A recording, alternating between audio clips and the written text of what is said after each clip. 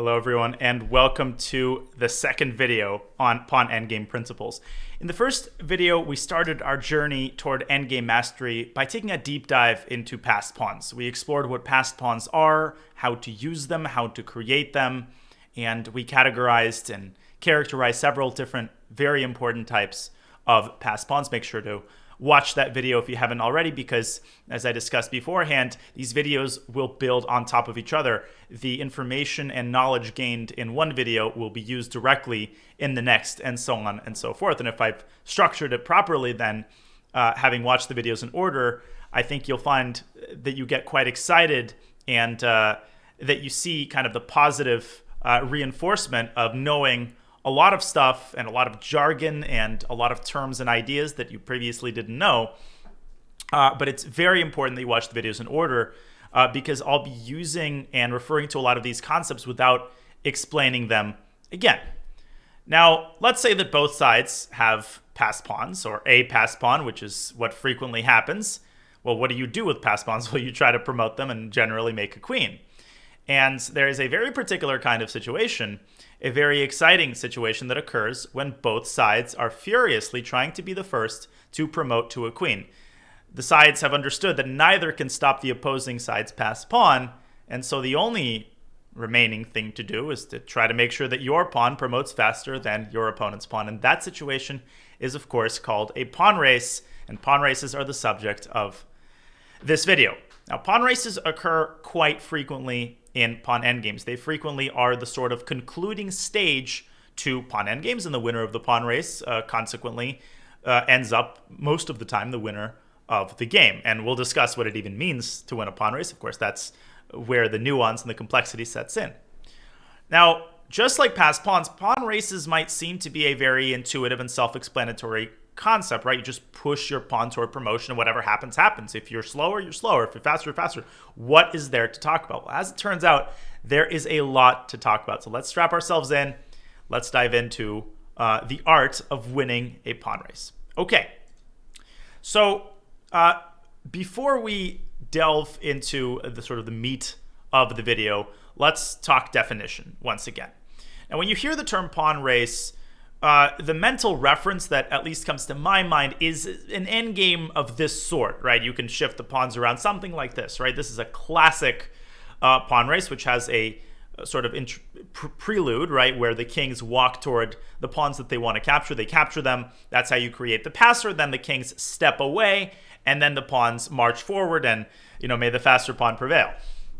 So pawn races are very often among the easiest sequences to calculate.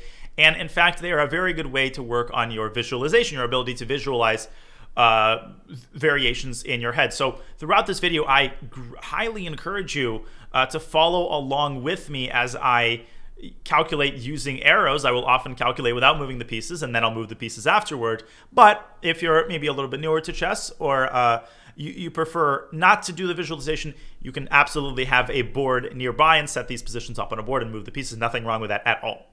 Okay, so let's assume that it's white to move in this position. White is going straight up, black is going down. What happens? Well, both sides have nothing better to do than to go and take each other's pawns. We have king c4, king f5, king takes b4, king g4.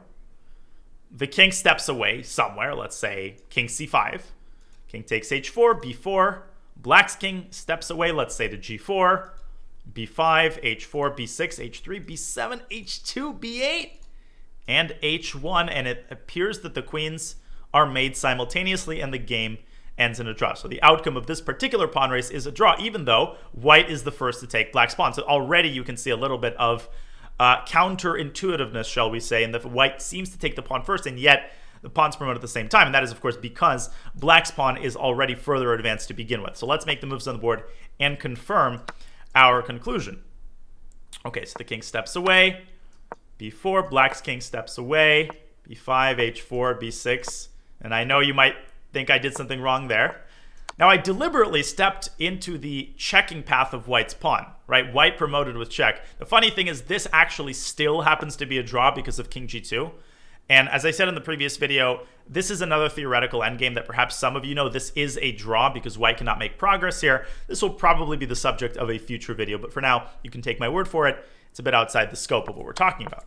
But you can already see some complexity developing here because you can't just step away anywhere. Maybe in this case it's a draw, but in other cases you aren't best advised to step away onto a square that allows your opponent to promote with check. And so the most prudent move is definitely king g4, king g5, and now you get classic sort of simultaneous promotion, and there is nothing that white can do other than essentially take the draw or give a series of meaningless checks. So that's one type of pawn race.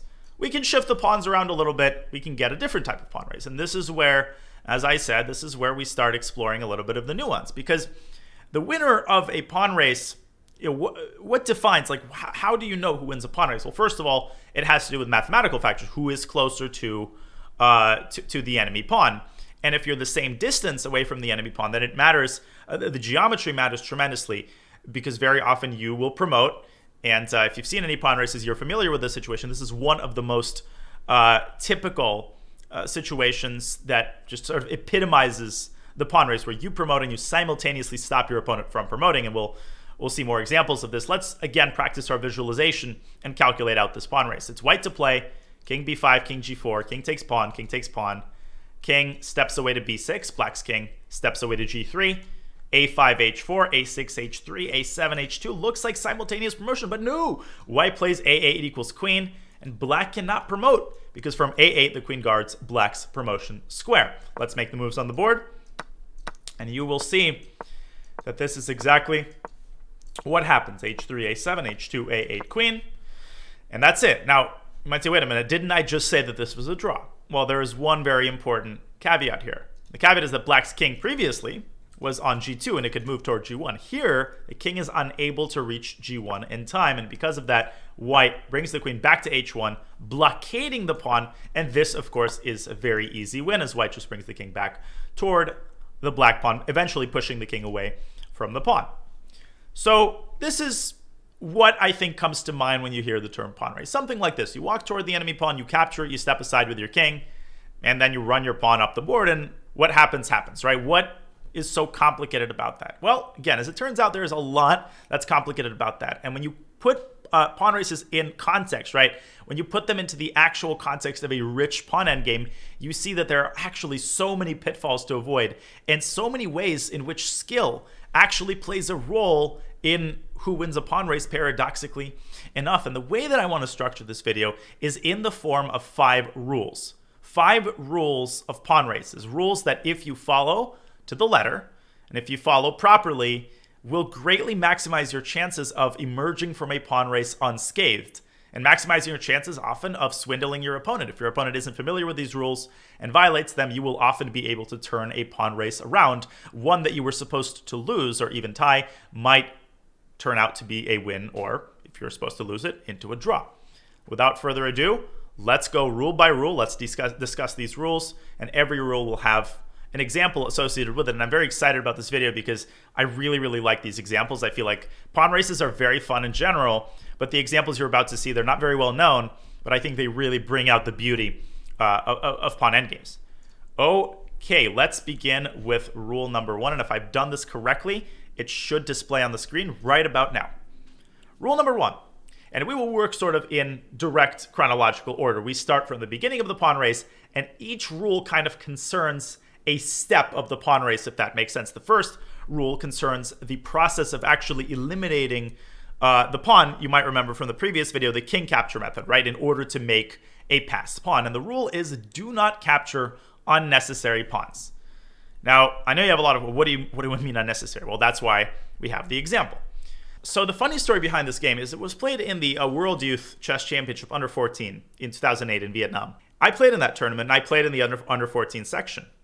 And I was curious, and I tracked down my board number and their board number, and it turns out that I was sitting literally 3 boards away from Le Tantain, I'm probably mispronouncing that, and Daniel Ebeling, who is now, I think, a very strong FIDE master or international master. So, you know, such a small world, and now, of course, I'm showing their game in a YouTube video. And, of course, the reason I found this game isn't because I remembered it. It's because I did a chess-based search and this game came up. So it is black to play. And perhaps you can pause the video for a little while and first of all sort of adjust your eyes to what's going on. Do you see how the pawn race begins? And once you identify what the race is all about, see if you can calculate it out and figure out who wins the pawn race. I'll give you a couple of moments here as I sip my coffee. Okay, well, hopefully you were able to identify that the sort of skeleton of the pawn race is that black is going to go after the h-pawn, and white is going to go after the a-pawn, because this is the a5 pawn is white's most far advanced perspective passer. So that's exactly what happens. Black plays king f5, white plays king c5, and here they go. Black plays king g4, and this moment is where rule 1 applies. And rule 1 is perhaps the simplest and most intuitive rule. Very importantly, and I've seen a lot of people do this is why I'm introducing this rule, there's this automatic instinct to capture as many pawns as you can. But as I said in the inspirational video, this is not Pac-Man. Okay, pawn endgames are not Pac-Man. They're the opposite of Pac-Man, and you often want to avoid pawns that you can capture in order to capture the one pawn that you need to capture. What happens if you take on c6, if you make this detour? Well, what happens is that white actually loses the game. Watch this. King takes h4, king b6, king g3. Okay, now you have to take a6. Black plays h4, and okay, losing the game, that was a lie. White does have a miracle draw here. I will show you in a moment. But if you follow the kind of conventional path and then you move your king away or you take b5, you see that this is exactly the scenario that we just saw in the second illustration, where black promotes and simultaneously stops white from promoting and wins the game easily. Now, the funny thing is white can still draw the game in this position with a pawn breakthrough, the move c3, c4. Not an easy move to play. Here's the point. If black plays bc, then we have simultaneous promotion. White promotes with check, and white is out of the woods. This is a draw. And if black pushes the h-pawn instead, which seems to win the game because it's not hard to establish that that black promotes first, but this is a notion that we will explore in subsequent videos. These are very complex pawn races where you get a situation like this. How do you evaluate this? White plays b7. Now, if you know anything about these types of endgames, they're generally winning for black unless you have an a or a c pawn. But in this particular instance, it's a draw. These other two pawns provide just enough of a pawn cover to restrict the queen's checking ability, and the queen is unable to make progress. So if you play queen c7, white has king a8. Without these pawns, black has this check on a5, which forces the king underneath the pawn, and then black is able to move the king closer and closer. In this case, it's a draw, but that's completely beside the point, because if white does not stop to take this unnecessary pawn, and Le Tantai did not stop to take the unnecessary pawn, white wins quite easily. By keeping this pawn on c6, white is actually allowing himself to win the pawn race, because after black promotes, this pawn will serve as a huge obstruction. It will obstruct the queen's ability to control the a8 square, allowing white to promote. Now, there's also a pitfall here that hopefully you were able to avoid. Let's watch. King takes h4, king a6, king g3, king steps toward b6, stepping on a good square. h4, a6, we'll get to that later in a subsequent rule. a7, h2, a8, h1, and you might say, wait a second, but the queen's promoted at the same time. But if you calculate just one move ahead, after queen takes c6, it's quite clear that white wins the game, because white wins one pawn, and there is no way for black to defend the other pawn as well. And queen n2 versus queen is a very, very elementary win, and white won the game in about 15 moves. So I think a really precise application of the first rule, which is that the most important thing in pawn races is efficiency most of the time. And the vast majority of the time, you cannot afford to make detours to capture unnecessary pawns. And often capturing them actually hurts you by opening up a diagonal that can allow your opponent's queen to prevent you from promoting. One last thing I'll say about this example, just to tease you a little bit. Those with a keen tactical eye, endgame eye, might have noticed that black doesn't actually have to play king f5. Black can play king d6. This looks like a draw. It is not a draw. White is still winning here, which may sound crazy because the kings just seem to be dancing around. But I won't tell you how white wins here. You will have to wait until until my video on Zugzwang. And I haven't decided exactly how to title it. Basically, the video will be about using your king. And this will be a couple of videos down the line. And I will return to this example and analyze why king d6 loses. So rule 1, do not capture unnecessary pawns. Now, let us get to rule 2. And rule 2 might actually be the most important rule of all. Let me, in a very high-tech manner, I'm going to project rule 2 on the screen here. There we go. And rule 2, now I'm getting OCD. I need to extend this a little bit. There we go. Do not step away into the checking zone of your opponent's passer. Now, hopefully this is pretty self-explanatory. What I mean by that is that when you capture the pawn, that moment when you step aside with your king is actually crucially important. And I see so many mistakes, even by very strong players, where you just sort of absent-mindedly put your king just about anywhere, and you end up walking into a check. When I say checking zone, what I mean by that is the spot which is on the diagonal that your opponent's newly minted queen is going to be checking on, right? So whichever pass pawn your opponent has, you draw the line down, you see what diagonal the new queen controls, and you make sure not to put your king on that diagonal. Because obviously allowing your opponent to promote with check can be absolutely devastating. And a very simple illustration of that is found in this example. So it's white to play. Again, pause the video, calculate the pawn race, and see if you can figure out where white should put the king in order to abide by rule 2. Okay, so the start of the pawn race is self-explanatory. King takes a4, king takes f4.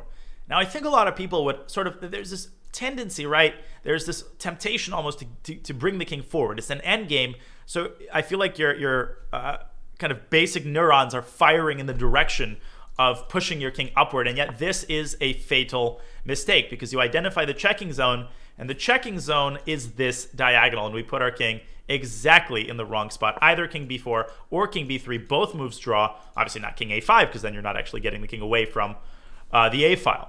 So after king b5, king e5, or I apologize, king e5 is bad because the white king can actually stop the pawn. Better is to play, for example, king e3.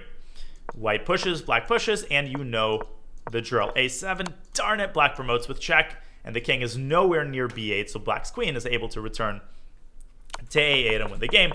Anywhere else is fine. King b3, a4, f4, a5, f3, and now you're not in the checking zone, and both sides promote. The game ends peacefully. So that was a very simple illustration, but of course things can get quite a bit trickier. Okay, let me rewind that. I apologize for that. Things can get quite a bit trickier, and this very obscure game between two Spanish players, their ratings weren't recorded in ChessBase, but my guess is that they're approximately 1700, and so many instructive moments can be found in games between club players. And again, I don't mean this in a demeaning way. To the contrary, I feel like often in chess literature, grandmaster games are super important, but games of club players, regular players, masters are very underexplored. So that's one of those things I'm going to try to do throughout this video series, is explore unknown games played between just sort of regular players, as well as games by the ultimate masters and endgame legends. Okay, so in this position, it is black to play, and black made the move g6 to g5. Now, at first blush, you might think, well, this isn't even a pawn race, right? Because white has a pass pawn, the c pawn, and black doesn't. And you might say, well, black doesn't even have a way to create a pass pawn. If you watch the previous video, you'll see that the d pawn is not a passer, right? d3, e takes d3. So what's so hard about this? White just pushes the pawn forward to promotion. But pause the video for a moment and figure out why that's not correct. Does black, in fact, have a way to create a passed pawn? And if so, how? Time for more water for me. Okay, so this kind of gets into the concept of pawn breakthroughs, which again is the subject of the next video.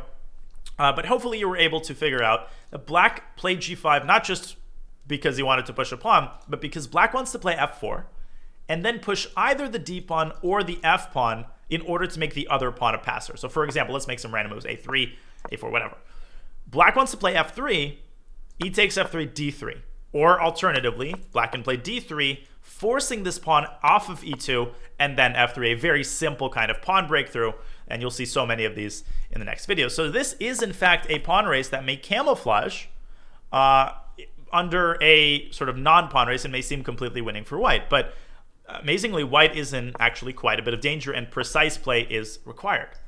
So now you might wonder, well, what does this have to do with rule number 2? Because if you think about this for a second, white's king can seem to move just about anywhere and not be in the checking zone of either the D or the F pawn. Ooh, sorry about that. Of either the D or the F pawn, and yet there's quite a bit going on under the surface. So pause the video and try your best to calculate this out and see how you can follow rule 2. And for extra credit, see if you can figure out what very, very bad move white played, which directly violated rule 2 and led to tragedy. Okay, so first and foremost, this isn't exactly a rule, but just a good practice. In a situation like this, you want to make the most necessary moves first.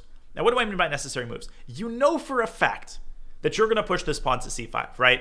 So what white should have done, regardless of where he brought the king, is to play c5 first, and only after f4 to decide where he wanted to put the king. Okay? Because what white did is already set himself up for failure by moving the king first. And had white made a move, maybe the visualization task would have gotten a little bit easier.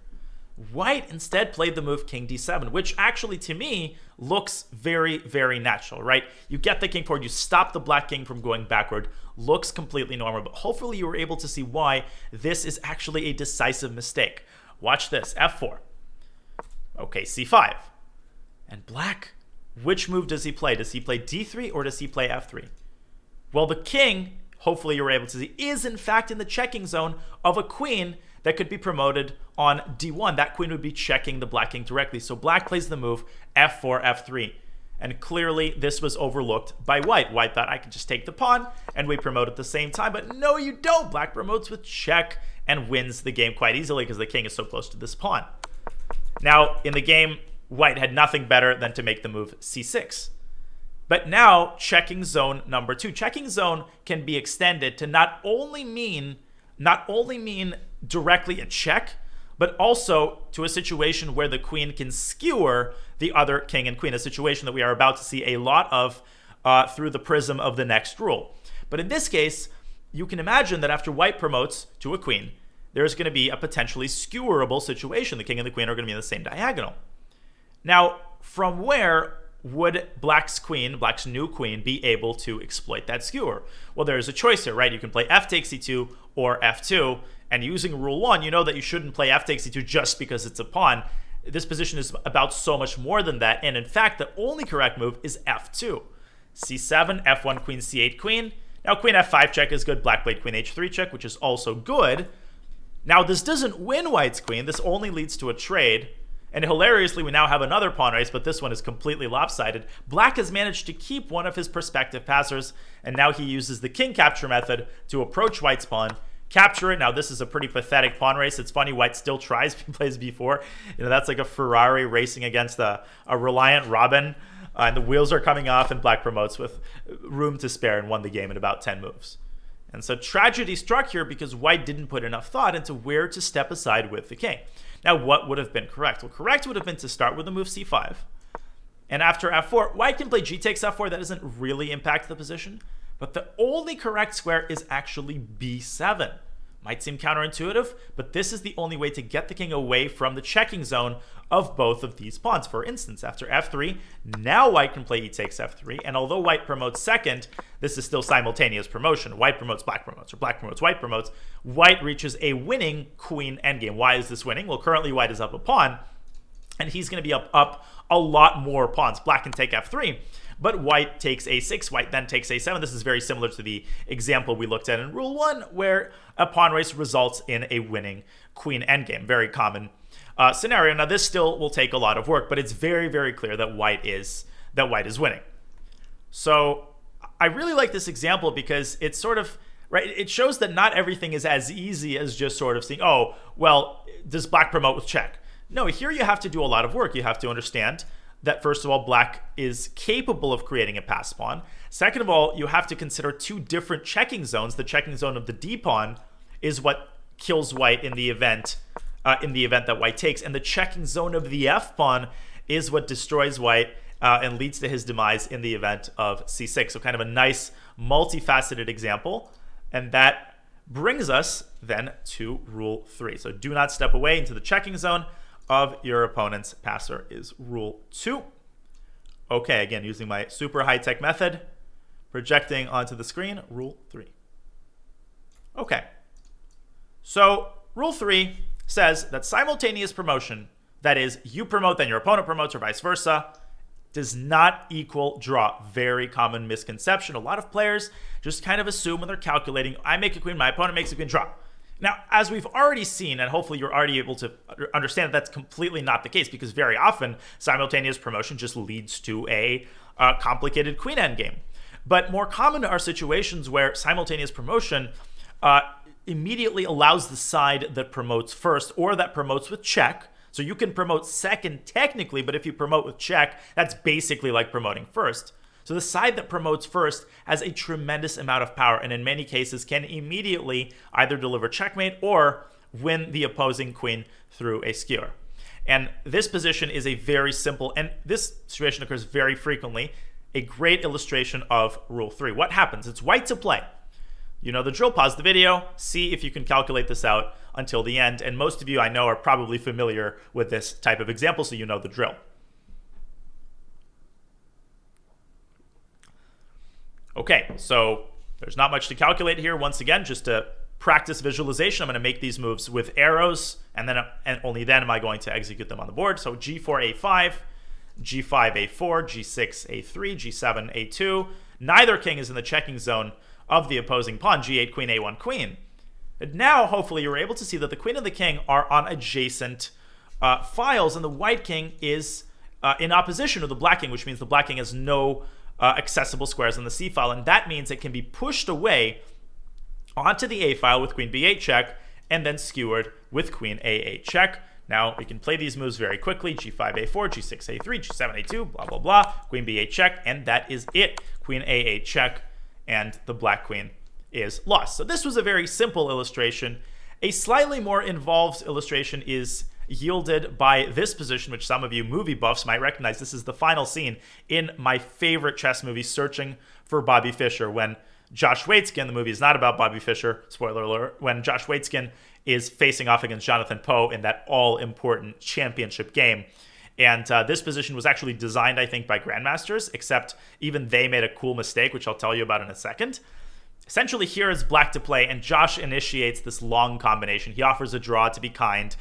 His opponent thinks that he's winning because his pawn is further advanced, and they play it out. Rook takes knight check, knight d7 check, so this wins white's rook back. Now, the hilarious thing is, in this position, a little-known fact, white can actually still draw the game by pushing the pawn to h5. This is a little outside the scope of the video, and we're already about 30 minutes in, so I'll be quick. You can take my word for it, but knights are terrible at stopping passed pawns. This will be a subject of a video way down the line. And essentially, white draws by continually chasing this knight around and not allowing it to stabilize and stop the pawn. But instead, of course, in the movie, he takes the knight immediately thinking, I'm promoting first. And he's right. White does promote first, but hopefully you're able to see what's going on. The king is in the checking zone of the black queen, and so is the white queen. And after they both promote, it turns out that black promotes and simultaneously skewers white's queen on h8. Josh wins the game, and he wins, of course, the whole championship. So rule 3, conceptually speaking, is simple, right? You just have to not assume that just because both players end up with queens, that somehow means the pawn race has ended in a tie. You have to try to keep calculating, and in particular, you have to look at A, skewer possibilities, and B, the possibility to force another queen trade, which, because of the positioning of your king, could lead to a subsequently winning pawn endgame. Or queen endgame. And those more involved situations we will examine in further videos when we start putting things together. So that, ladies and gentlemen, is rule 3. And now let us get to rule 4. Okay. And don't worry, I won't block the names of the players. Okay, I think we're good. And rule 4 says, use your king to force the enemy king into the checking zone or to prevent the enemy king from stopping your pawn. And the reason I combine those things is that rule 4 essentially concerns how you should use your own king in a pawn race. And this already sort of combats the misconception that pawn races never involve the king. That's absolutely not true. In fact, the king often plays a critical role in helping you win a pawn race. And I think this is one of my favorite examples of that. Let's flip the board. We'll be facing it from black's perspective. My great friend Vladimir Fedoseev, super strong grandmaster, is facing Timur Radjabov. This is from a classical tournament, Tata Steel. Now it's black to play. Take a second and acquaint yourself with the position. It may seem at first sight that white is winning. White's about to take g6 and promote that f-pawn. But from the previous video and from my sort of sneak preview into pawn breakthroughs, you should immediately be able to tell that black will not go gentle into that good knight. Black has a pawn majority, which means with the move b5, black can create a passed pawn. And of course, black has nothing better to do than to play this immediately. This is a move you could basically play automatically, because walking around and taking the pawn, first of all, that violates rule 1, and that's just madness. That takes 800 years. But the critical position occurs after a takes b5 check. This is the important position. Pause the video and see if you can figure out where the black king should go. Should it take the pawn? Should it go somewhere else? And why? This is a tricky question. In my opinion, one of the loveliest themes in pawn races, so really put some thought into it.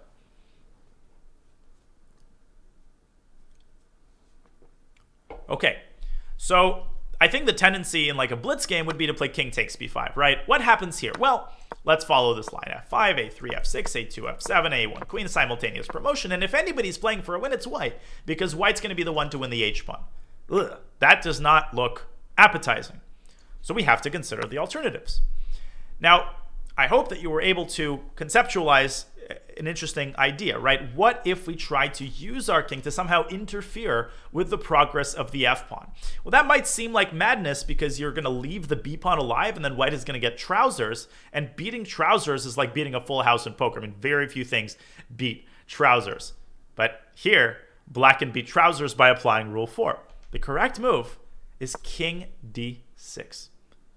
Now, what the heck? Let's unpack this. First of all, let's understand what happens if white takes the pawn. And again, I'm not going to make the moves on the board just yet to promote visualization practice. Let's follow the line. King takes g6, right? a4, f5. This is the fun part. a3, f6, a2, f7. Wait a minute. We stepped into the checking zone. We stepped into the checking zone of the pawn. This is the worst move in the position. No, it's not. And this is where rule 4 often supersedes rule 2, because in that position after f7, you can force white's king into the checking zone by bringing your king back to e7, covering the promotion square. White's king is forced to move to g7, and notice that then the king is in the checking zone of the black king. Brilliant. Let's now play the moves on the board, and you'll be able to fully convince yourself of this. So king takes g6, a2. Now, a4.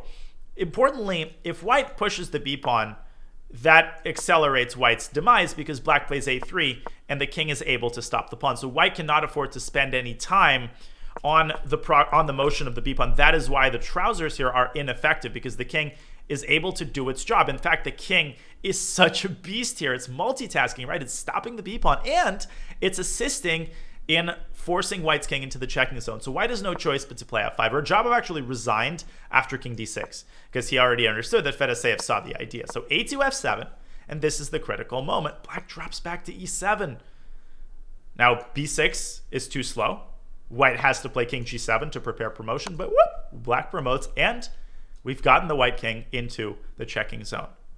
And this is just amazingly paradoxical. You don't recapture the pawn, and only king d6 works. The reason king d7 does not work is because white is actually able to stop black's pawn. And the bonus rule is going to explore this exact scenario. So in this case, white is in the square, and white is able to stop the pawn. And actually, black is the one who's got to be careful here. The game should end in a draw. Now, the application of rule 4 can actually lead to some absolutely incredible ideas, some really, really cool ideas. And this position, I think, epitomizes that. This is from a blitz game that I played against the Iranian GM Amin Tabatabai about a year and a half ago. And when I played this game, I didn't think anything of it. But then when I started analyzing, I was like, oh my goodness, this is ridiculous. This is why I love chess. It's just a random blitz game. You can produce something that's worth sharing and worth learning from and analyzing. Now, take a moment to, again, adjust your eyes to the position. You should almost immediately start to understand how a pawn race crystallizes here, right? Well, white already has a pass pawn to c pawn, so we're going to move the king and start pushing the c pawns somewhere. Black is going to have to take h3. And then if you are patient, then you should be able to see that black has two ways to create a pass pawn. Black can take g4 and then step back with the king, or push the f pawn. Or after king takes h3, black can immediately push the f pawn to f5 with a simple pawn breakthrough. And if g takes f5, black pushes the g pawn. That in some situations might be more efficient. So you should keep both of those options in mind. And of course, the question is, where should we step away with our king? And here you actually have to apply both Rule 2 and Rule 4, which makes this really cool. Now, when I gave this position to some of my highest rated students, they almost all kind of uniformly gave the same answer. And at this point, you can pause the video and you can think this is probably the hardest position, just sort of concept-wise and just solution-wise, that I've shared so far in these endgame videos. So, don't beat yourself up if you don't get it, but I would still encourage you to take a stab at it. So almost everybody I've given this position to, they play the move king d4, and I think there is just a huge mental pull to play this move, because this approaches the black pawns, and what could be more natural than trying to use your king either as a roadblock, or this seems to be the move to make, right? It's just so natural to get the king into the center. And yet all of that is an illusion, because if you actually apply the rules, you should be able to see that this move actually is the opposite of natural. Why? Because the moment king d4 is played, I see that the king has entered the checking zone of the g-pawn, which doesn't immediately disqualify it, but makes me very skeptical. And if we follow the line, and I played king d4 in the game, after king takes h3, c4, if king takes g4, this is wrong, because after c5, king f5, white is able to use the second clause of Rule 4 and bring the king up to d5. No, no, no, you're not going anywhere. And white promotes with check, because now the black king is in the checking zone of white's pawn, which is kind of cool. Okay, excuse me. So that's not going to cut it, but that's not the most efficient way of creating a passer, and black plays the move f5. This is what happened in the game. And after g takes f5, which is the correct move, that's not what I played, we have a case of simultaneous promotion. Black promotes with check, and I plugged this position into table basis. Yes, it is winning for white. Technically, this position is winning for white. However, the actual win is incredibly difficult, and these positions occur very frequently in chess practice. And I'd say it's about 50-50. Sometimes white is able to win, sometimes it's a draw. But regardless, the process takes forever, and this is not what we want to do. We have a much more convincing win. Now, in the game, I decided to play c5. We only had a couple of seconds left, so I'll forgive myself. And amazingly, my opponent messed up. And again, the question is, should black go f4 or should black go f takes g4? Well, by now you should be a pro in identifying checking zone. You should see that when white promotes, the checking zone is the c8, h3 diagonal. And just like in that example from the World Youth Chess Championship, it's critically important to leave on the board. Do not take unnecessary pawns. Here's an application of Rule 1. My opponent took on g4. This opened up the checking zone.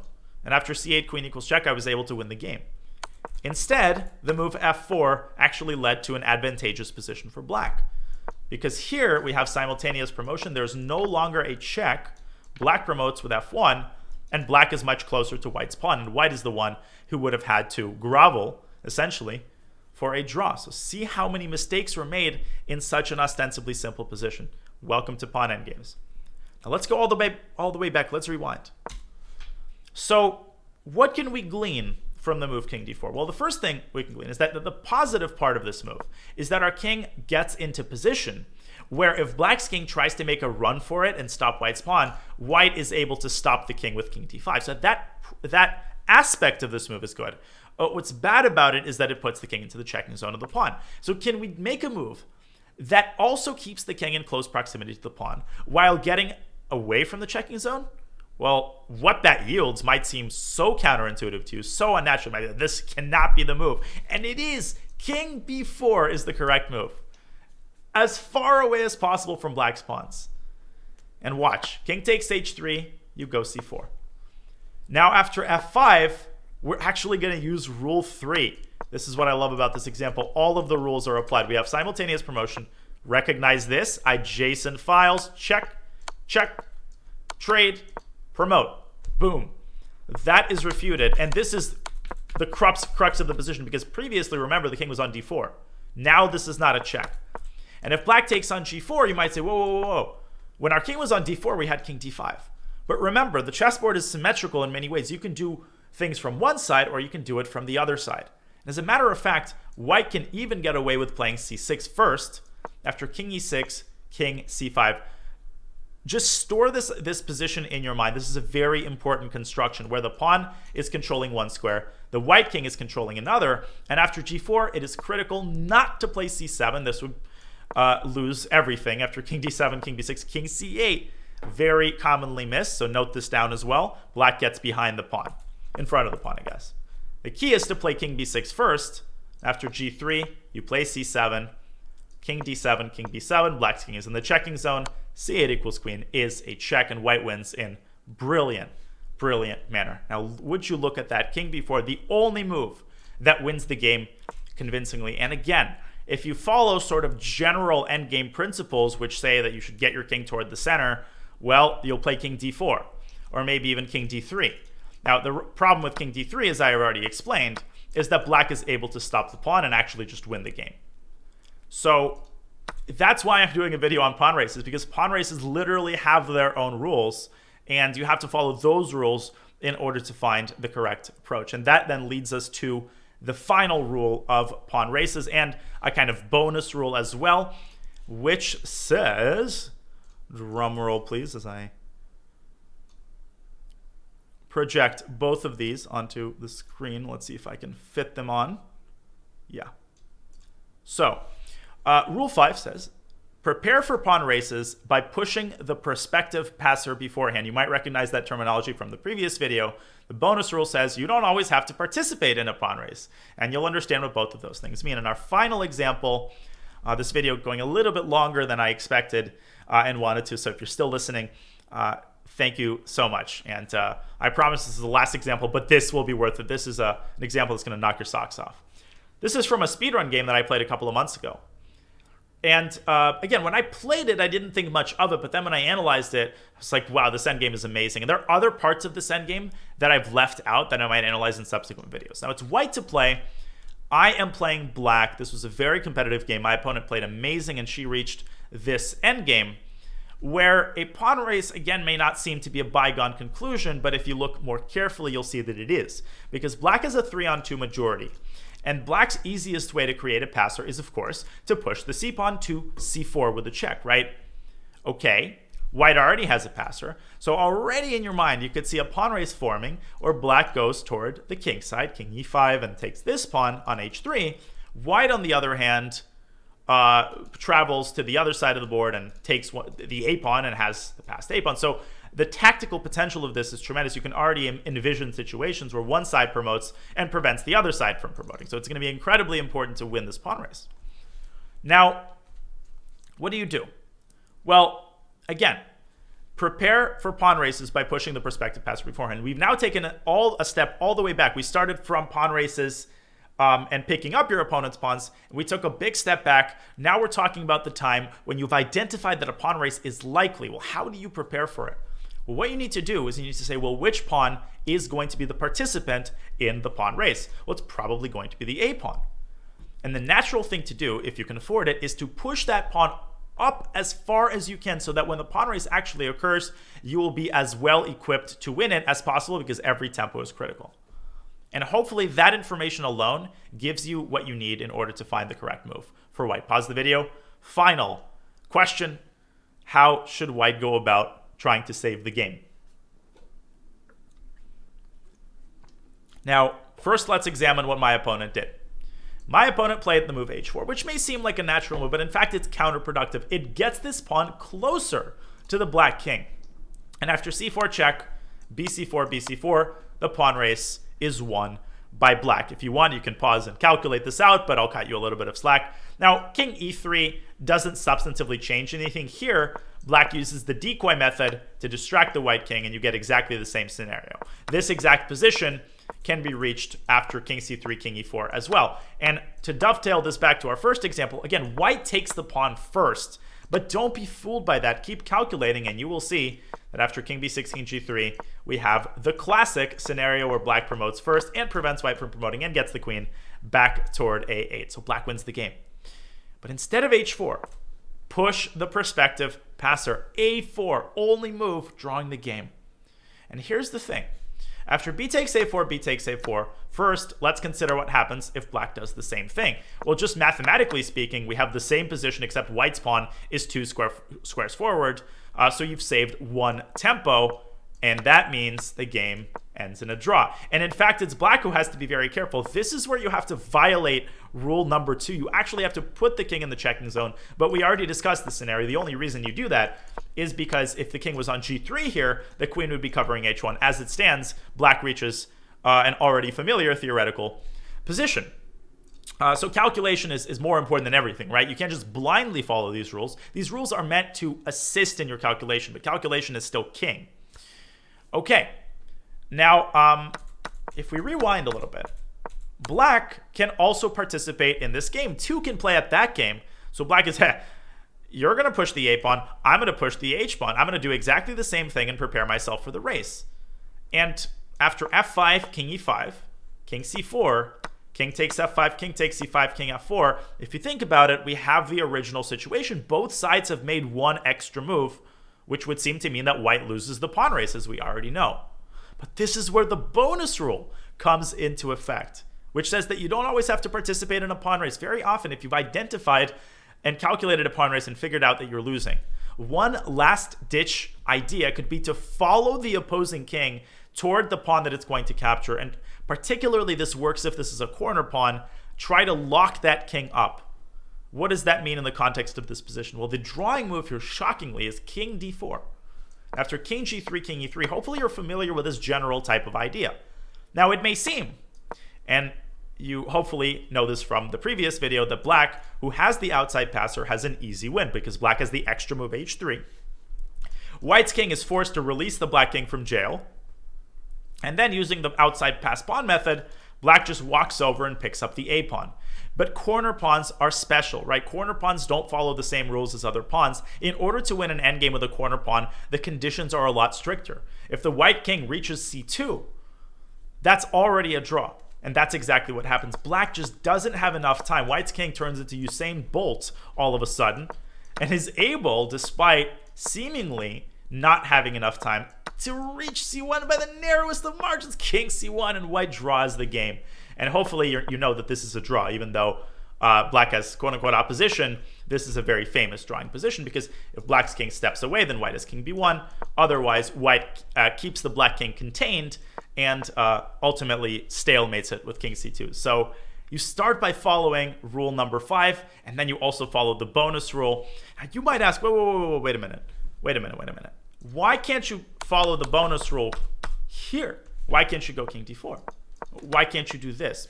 Well, the reason you can't do this here has to do with the move a5, a4, and again, black prepares for the race.